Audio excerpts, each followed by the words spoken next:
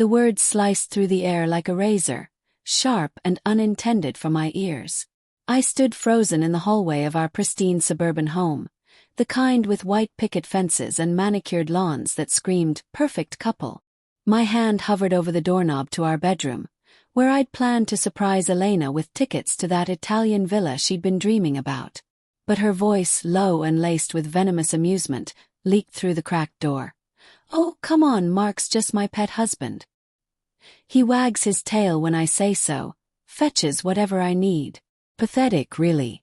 But hey, he keeps the bills paid while I live my real life." Pet husband. The phrase hit like a gut punch, knocking the air from my lungs. My heart hammered against my ribs, a wild drumbeat echoing in the silence of my shock. I could picture her on the bed, legs crossed, phone pressed to her ear, that sly smile playing on her lips, the one I'd once found irresistible. Now it twisted into something monstrous. Who was she talking to? Her lover? That slick colleague from work she'd been networking with late nights? Or just a friend, gossiping about the man who'd given her everything? Fury boiled up, hot and acrid, mixing with a wave of humiliation that made my skin crawl. 10 years of marriage, building a life together, or so I thought, and I was reduced to a lapdog in her eyes. I didn't burst in. No dramatic confrontation, no shouting that would give her the satisfaction of seeing me unravel. Instead, I backed away silently, my footsteps muffled on the plush carpet we'd chosen together last year. The house felt alien now, every framed photo on the wall a lie. Our wedding in Tuscany, smiles frozen in eternal bliss, vacations in Bali, arms wrapped around each other like we were unbreakable. My mind raced, fragments of memories clashing with this new reality. Had she always seen me this way? The promotions I'd chased to afford her luxuries, the weekends I'd sacrificed for her whims. All for what? To be her pet. By the time I reached the garage, my hands trembled as I grabbed my keys. The engine of my Audi purred to life, a soft growl that mirrored the storm inside me. I drove aimlessly at first, the city lights blurring through the windshield like smeared paint. Heartbreak clawed at my chest, a deep ache that made breathing hard. How could I have been so blind? Elena, with her fiery passion and sharp wit, had captivated me from the start. I'd built my world around her, transferring assets into joint names, letting her handle the finances because we're a team. Denial crept in. Maybe I'd misheard. Maybe it was a joke. But no, the tone was too cutting, too real. I pulled into a dingy motel on the outskirts of town, the neon sign flickering like a bad omen. The room smelled of stale smoke and regret, the bed sagging under my weight as I collapsed onto it. Obsession took hold then, replaying her words on loop. Pet husband. Resentment festered, a poison seeping into my veins. I thought of her laughter, how it used to light up rooms, now echoing as mockery in my head. Guilt flickered too. Had I been too passive, too eager to please? But no, this was on her. Betrayal like this demanded justice. Sleep evaded me, replaced by fantasies of revenge. Wild at first, storming back, exposing her secrets to her perfect social circle. Then colder, more calculated. I owned the house outright before we married. She'd convinced me to add her name for security. The business I'd started from scratch, now thriving under my silent guidance while she played the socialite. Everything was in both names, but I held the strings. Doubt nagged. Was I overreacting? Moral conflict twisted my gut. Revenge could destroy us both. But as dawn broke, filtering gray light through threadbare curtains, resolve hardened like ice. I'd leave her with nothing, make her realize the pet controlled the leash. The next morning I called my lawyer from a burner phone I'd picked up at a gas station. "Mark, what's going on?" His voice was gravelly, concerned. I kept it brief. "Prepare the papers. I want everything disentangled. Quietly. No details, no drama." He paused, then sighed. "This about Elena. All right, but it'll take time." Time I had. I checked my bank app, our joint accounts flush from my latest deal. I transferred just enough to a hidden offshore account I'd set up years ago for Emergencies. Not theft, just precaution. The app's confirmation beep felt like a small victory, but the emptiness lingered. I avoided home, crashing at the motel while plotting. Subtle hints of my plan emerged in my mind. Change the locks? Too obvious. No, better to let her stew in ignorance. My phone buzzed incessantly, texts from Elena. Where are you? Late night at work. Then calls one after another. I let them ring, each vibration a spike of cold satisfaction mixed with heartache. By evening, voicemail piled up. Mark, honey, call me. I'm worried. Her voice cracked slightly, but I heard the undercurrent of annoyance. Not worry, inconvenience. Days blurred into a haze of quiet strategy. I met my accountant in a crowded cafe, the clatter of dishes masking our words. Freeze the assets, I instructed, sipping bitter coffee that matched my mood. He nodded, eyes wary. You sure? This could get messy. Messy was the point. Inner turmoil raged. Part of me yearned to forgive, to believe it was a slip. But resentment won, fueling fantasies of her face when she discovered the truth. I imagined her scrambling, her perfect life crumbling like the facade it was. On day 3, I risked a drive-by of the house. Her car was there, lights on in every room, a sign of her growing panic. I parked a block away, watching through binoculars like some spy in a thriller. She paced the living room, phone in hand, gesturing wildly. Who was she calling now? Friends? Family? The sight stirred pity, quickly drowned by anger. She'd humiliated me. Now she'd taste isolation. That night, back in the motel, doubt hit hard. What if she was sorry? What if I'd pushed her away with my workaholic ways? Moral grayness clouded my resolve. Revenge felt justified, but was I becoming the monster? I drafted a message. We need to talk. Deleted it. Instead, I dug into old emails, uncovering subtle clues. Late-night messages to Alex, her coworker, laced with flirtation. Heartbreak surged anew, solidifying my path. No turning back. By week's end, the calls hit 50. Voicemails evolved from concern to desperation. Mark, please, what's wrong? Come home. Suppressed rage simmered in her tone, revealing the manipulator beneath. I smiled grimly in the dim room, the air thick with the scent of takeout Chinese. Planning intensified. I'd liquidate joint investments, reroute funds. But slowly, to build suspense. Let her wonder, then realize. A chance encounter heightened tension. I bumped into her best friend, Sarah, at a grocery store. Mark.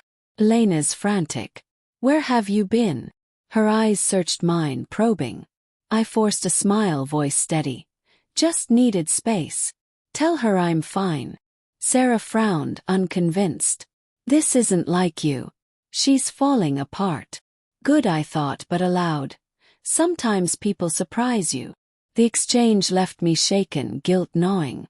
Was I destroying her unnecessarily? Yet obsession drove me. I hired a PI discreetly. Tail her, I said over a payphone, rain pattering on the booth like accusatory fingers. Reports trickled in. Meetings with Alex, whispered arguments. Confirmation fueled my fire.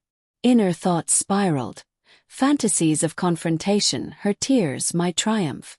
But fear crept in. What if she fought back? Legal battles could drag on, exposing my own flaws. As part 1 crested, suspense thickened. I'd set the first trap. A forged document, subtly altering ownership back to me. Mailed anonymously to our lawyer. Elena would notice soon. Bills unpaid, accounts frozen. The quiet before the storm. My heart raced with cold resolve. The motel room closing in like a cage. Revenge was no longer fantasy. It was inevitable. The first crack appeared on day 8. I monitored from afar, using a dummy email to access our shared accounts. Elena tried to pay the mortgage. Declined. Her frantic call to the bank echoed in my imagination. There must be a mistake. No mistake, just my handiwork. The PI reported her storming out, face flushed, heading to Alex's apartment. Jealousy twisted my gut, but it was laced with vindication. Let her lean on him. He'd crumble under pressure. I relocated to a rented cabin in the woods, the kind with creaking floors and the constant whisper of wind through pines. Isolation amplified my inner conflict. Nights spent staring at the ceiling, resentment battling guilt. Had I been a good husband? Too focused on success, neglecting her emotionally. But no, her betrayal was deeper, a calculated dismissal. Pet husband. The words haunted me, fueling resolve. I paced the dim room, wood smoke from the fireplace stinging my eyes, planning the next phase. Dialogue came via intercepted voicemails, her voice raw. Mark, the accounts are frozen. What did you do? Call me, damn it. Suppressed rage bubbled through, revealing her true colors. I listened on loop, each playback a mix of heartbreak and triumph. Obsession deepened. I dreamed of her begging me unmoved. Subtle retaliation escalated. I contacted our mutual friends anonymously, planting seeds. Heard Elena's seeing someone. Mark's devastated. Whispers spread, her social circle fracturing. Sarah called me. I'd unblocked select numbers. Mark talked to me. Elena says you're sabotaging everything. Her voice pleaded, layered with doubt. I replied coolly. Sometimes truths come out. Ask her about her pet. Blick. The line went dead, but I imagined Sarah's shock, confronting Elena. Tension built like a coiled spring.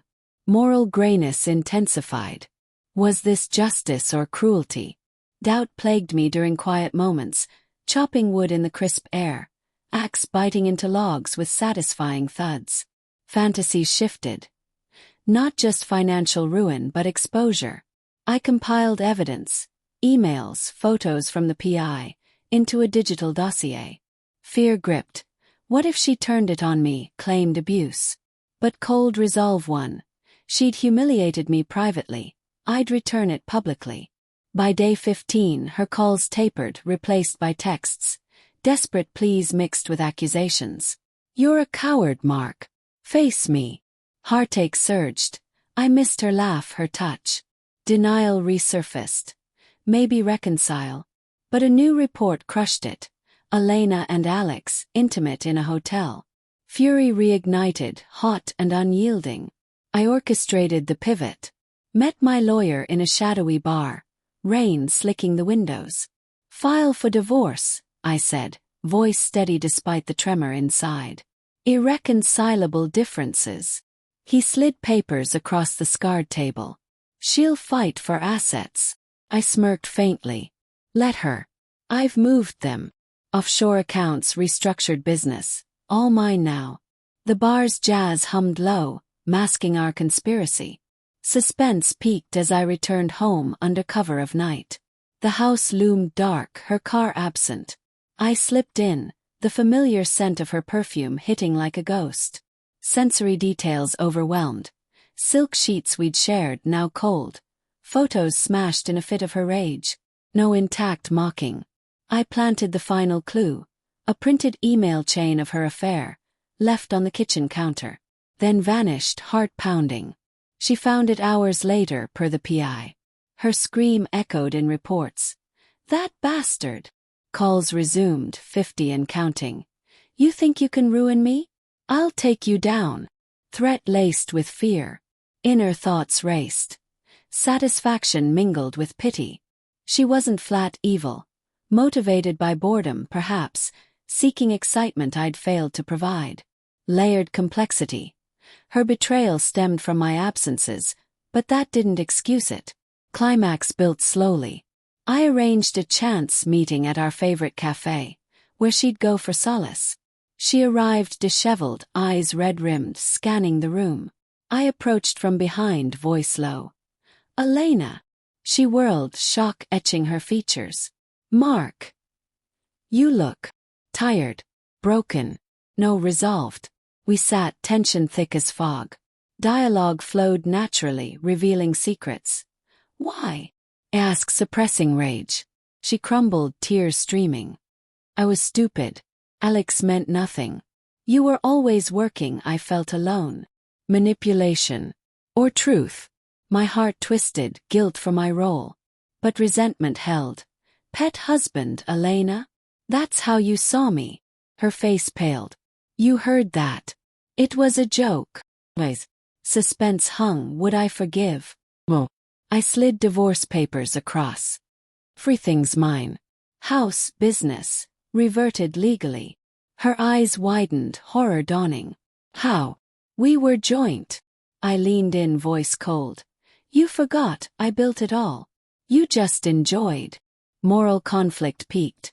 Her sobs stirred empathy, but justice demanded closure. Twist struck as she whispered, I'm pregnant. Shock jolted me. Whose? Doubt flooded. Mine from before? Or Alex's? Heartbreak resurfaced, obsession with truth. But resolve shattered the moment. Prove it, I said, standing. She grabbed my arm, desperate. Mark, please. I pulled away, leaving her in ruins. Epilogue unfolded. Tests confirmed mine. Unexpected consequence. Fatherhood amid ashes. Poetic justice. I kept assets, but shared custody, haunted by guilt. Revenge's price. A hollow victory, psychologically scarred. Elena rebuilt, humbled. I forever changed, the pet who bit back.